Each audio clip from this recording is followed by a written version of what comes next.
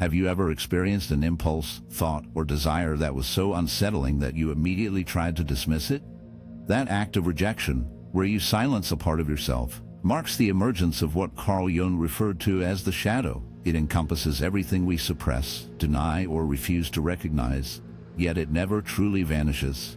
Instead, it remains beneath the surface, influencing our decisions, affecting our relationships, and subtly communicating with our subconscious. Some individuals acknowledge their shadow and strive to integrate it, while others remain unaware, allowing it to govern their actions from the shadows.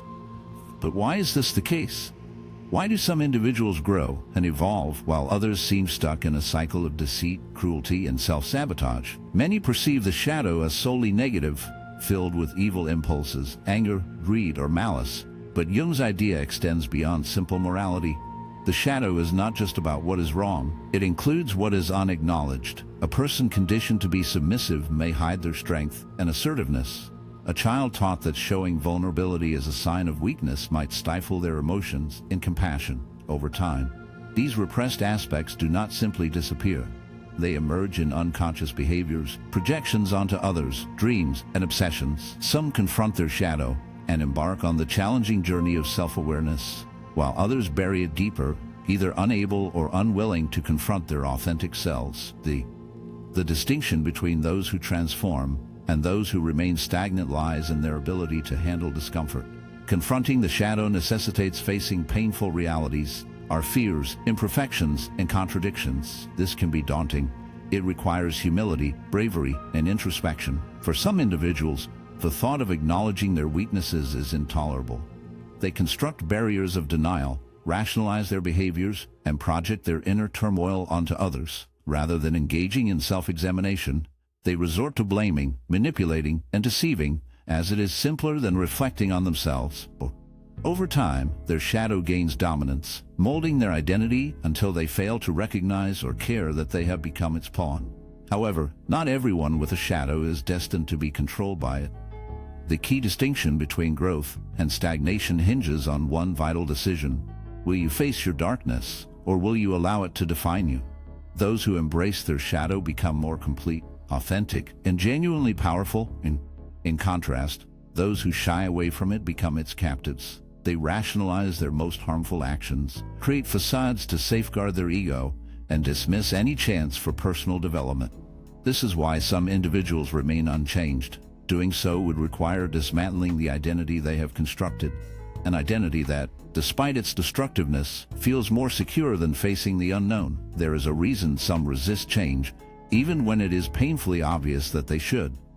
The ego, the carefully crafted identity we develop over time, serves as a barrier, shielding us from discomfort, insecurity, and, most importantly, the frightening possibility that we might be mistaken. To change necessitates acknowledging that something within us is flawed, and for many, that realization is simply too much to bear. Consider an individual who has constructed their entire self-image around the belief that they are strong, capable, and always in control. If they were to admit their mistakes or vulnerabilities, their self-perception would begin to crumble. Rather than confronting this reality, they double down, bolstering their delusions with excuses, justifications, and sometimes even hostility. This is why pride and narcissism frequently accompany a reluctance to change. The more delicate the ego, the more vehemently it resists anything that threatens its carefully crafted identity. However, the most perilous mechanism is projection, the psychological tactic of attributing to others the very traits we refuse to acknowledge in ourselves. The more fragile the ego, the more intensely it fights against anything that jeopardizes its constructed self-image. The most dangerous tactic is projection, where individuals blame others for the qualities they cannot accept in themselves. This explains why those who deceive often accuse others of dishonesty, why the cruel label others as weak, and why the insecure seek to belittle and control. By shifting blame outward, they evade the painful journey of self-reflection, and over time, this behavior becomes so entrenched that they are no longer deceiving others. They are deceiving themselves. The true trap of the ego lies in the fact that the more we cling to our illusions, the further we drift from reality. As we become more disconnected, it becomes increasingly difficult to liberate ourselves. This explains why some individuals never change, not due to an inability to do so, but because changing would require them to dismantle the very essence of their self-identity, a cost that some find too steep. Not everyone resists change out of fear or insecurity. Some do so because they take pride in who they have become. The allure of power, control, and dominance can be addictive, and for those who have learned to use their darker traits as tools, relinquishing them may feel like a sign of weakness rather than growth. Carl Jung grasped this concept well. He acknowledged that darkness is not merely something people suppress, but can also be something they actively embrace. Consider someone who has spent years manipulating others, shaping circumstances to their advantage, and achieving their desires through deceit or coercion. Over time, they begin to view these actions not as flaws, but as strengths. Why would they abandon the very strategies that have led to their success? In their perspective, kindness is seen as naivety, honesty as a vulnerability, and morality as a limitation for the weak. This phenomenon is not just psychological. It has neurological underpinnings. Power stimulates the brain's reward system, reinforcing behaviors that yield control and dominance. And much like an addiction, the more one indulges, the more challenging it becomes to break free. History is replete with individuals who exemplified this path: leaders, tyrants, and manipulators who not only resisted change but flourished in their own darkness. This phenomenon isn't limited to historical figures. We observe it in daily life as well: the merciless boss who takes advantage of employees, the partner who thrives on emotional manipulation, and the person who revels in the failures of others. These individuals have completely aligned themselves with their shadow, viewing redemption not as a goal, but as a sign of weakness. Yet, there lies a paradox: the more one indulges in power, the more hollow they become. Although they may seem successful, they are essentially prisoners of their own making. The greater their control, the more paranoid they grow. The more they seek to dominate, the more they fear being dominated themselves. The shadow, once a concealed influence, has now seized full control, making change not just challenging but nearly impossible. For most, the shadow remains a hidden force, subtly influencing their thoughts and actions. However, for a select few, there exists an alternative path, one that necessitates confronting the darkness directly. Carl Jung referred to this journey as individuation, the process of integrating the shadow, not suppressing it, but recognizing and accepting it as part of the complete self. This is the only genuine route to transformation, albeit one that demands a price: profound discomfort, painful self-honesty, and the bravery to confront our deepest fears. Integration does not entail the eradication of the shadow. Rather, it involves acknowledging its existence. Embracing every aspect of ourselves is the only genuine route to transformation, but it comes with a price: significant discomfort, painful honesty, and the bravery to confront our deepest fears. Integration does not entail erasing the shadow. Rather, it involves recognizing its existence without letting it dominate us. It requires us to acknowledge our potential for selfishness, cruelty, and deceit, while consciously choosing to act with wisdom and integrity. Those who navigate this journey achieve something exceptional: authentic self-awareness. They are no longer driven by unconscious urges and are not in conflict with themselves. They stand confidently in their identity, free from the need for deception or power struggles.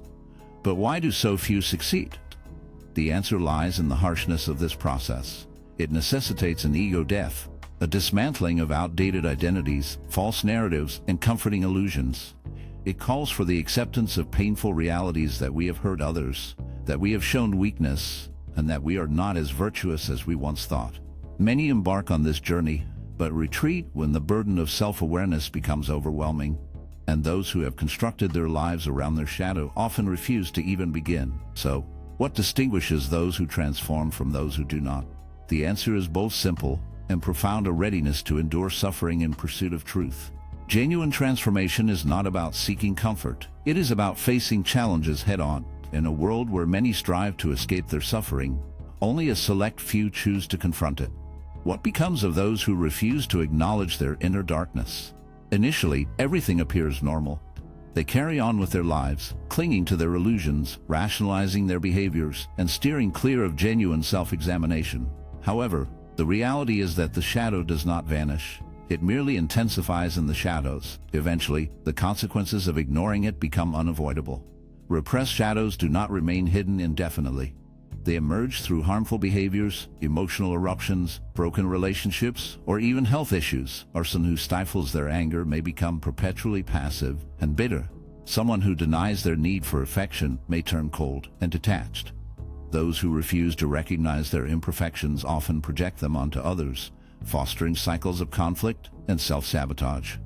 The longer this suppression persists, the more the unconscious strives to be acknowledged, often manifesting in self-destructive ways. History has repeatedly demonstrated this trend. Societies that ignore their collective shadows ultimately crumble under the burden of their own hypocrisy. Individuals who suppress their darker sides frequently implode during crises, whether through scandal, violence, or mental breakdowns. On a personal level, neglecting to confront the shadow results in a life filled with inner conflict, where nothing ever feels complete. People question why they experience emptiness despite achievements, why relationships disintegrate despite their best efforts, or why they are drawn to chaos and self-destruction. The solution is straightforward. What you overlook doesn't vanish. It influences you from the background. However, there is always a choice to be made. The shadow isn't an adversary, it serves as a guide. Those who are brave enough to confront it acquire something invaluable: authenticity, freedom, and a profound insight into themselves and their place in the world. Conversely, those who avoid introspection and flee from their inner darkness will eventually realize that it has been pursuing them all along. That wraps up today's video. If this message resonated with you, please think about subscribing to the channel and giving a thumbs up. It truly helps support the content and invites more individuals into these meaningful discussions. We delve into topics like this every day. So if you're interested in philosophy, psychology, and self-exploration, you won't want to miss what's coming next. Thank you for watching, and I'll catch you in the next one.